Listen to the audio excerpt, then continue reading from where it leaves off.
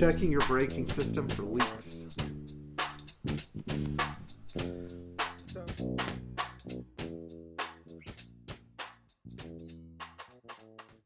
So sometimes when I get contacted by someone who's having brake issues, I try to I try to gauge what is exactly going on at the brake system before the car comes into the shop.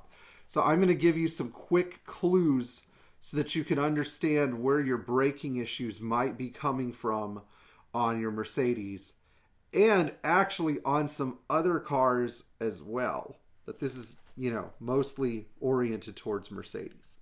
Okay. So your Mercedes probably uses, with a few exceptions, an ATE braking system, sometimes Girling, Bendix, or replacement Lucas parts made it on there. And if you have a 300 SL or a 300 SE, or old 300 SE, a W112, Dunlop parts made it on there. So the first thing that you're going to want to do if you're having a braking issue is check your brake fluid. If one of your two brake fluid chambers is lower than the other, it means that you either have worn brake pads, a leak in the master cylinder, or a leak in one of the calipers, or worst case scenario, a leak in one of the lines. So you've got 4 potentially bad scenarios here. Now, if you think that you have lost your brake pedal when the car is hot, it doesn't mean you have a fluid leak. It means one of your calipers is grabbing, and one of your calipers is getting so hot that the brake fluid is boiling inside the caliper, leading to a loss of brake pressure. So when brake fluid boils, you lose hydraulic pressure because it starts to bubble and stuff. Okay, so how do we know if we have a grabbing brake caliper? Well, after you drive the car for a bit, go around and feel your wheels. And if one wheel is significantly hotter than the others, or 2 wheels are significantly hotter than the others, those brake calipers are grabbing. This can either be because of seized pistons or collapsed brake hoses. Now, I know some of you are going to ask in the comments, are braided steel brake lines a good option? I don't think they're beneficial at all. I actually think that it's better just to use original equipment Mercedes or ATE hoses, or if you end up with an FTE hose, that's also fine. But ATE or genuine Mercedes, you're going to get the best brake feel. Braided steel hoses are for racing cars or BMWs. Now, the next thing that we're going to look for is brake fluid if we think we have a leak.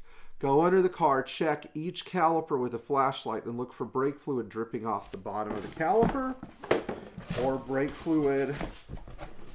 This is a Cardone caliper, which isn't necessarily my favorite brand of rebuild, but it does get the job done. But what we're going to be doing is we're going to be inspecting this joint and these piston seals for leakage, as well as the area where the hose screws in or where the bleeder is. By the way, if you're putting a rebuilt caliper in your car, put your original bleeder back on. These 8mm generic bleeders are junk. Okay, back we go in the box. So the problem is that when calipers are resealed, ATE doesn't supply the seal that goes between the two halves of the caliper. Why they do this, I don't know, but it's supposedly a safety precaution because they say that the two halves are machined so perfectly that they can't be separated. So this is something that ATE says. I don't know if this is true or not, because if you can reseal a brake caliper, you have to be pretty smart to begin with, and pretty clean and pretty neat. And I've had just as many sealing problems with pistons as I have with caliper halves. So you want to check those pistons. The other thing that you want to be 100% sure of is that you don't have a leaking master cylinder.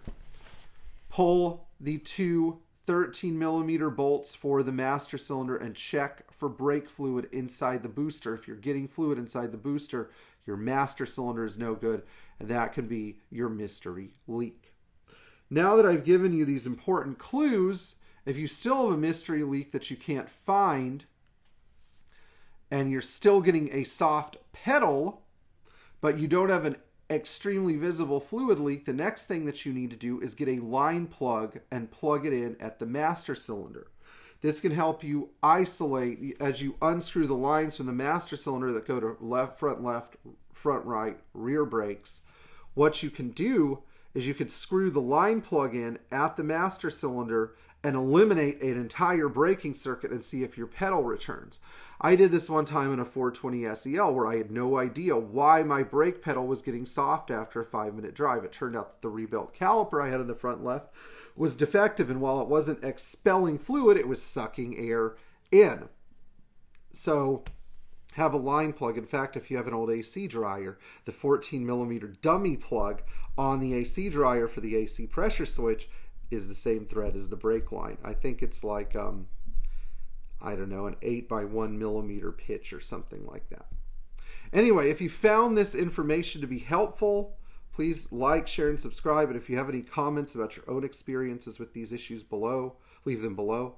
And enjoy working on your Mercedes Benz, and don't neglect your brake system, and don't be afraid to service it. I would just say exercise caution if you elect to rebuild a caliper yourself, because you get one chance to do it right, and then you could potentially have an accident. Anyway, enjoy working on your Mercedes. Thank you to all of our Patreon supporters, and we'll be back with another great video soon.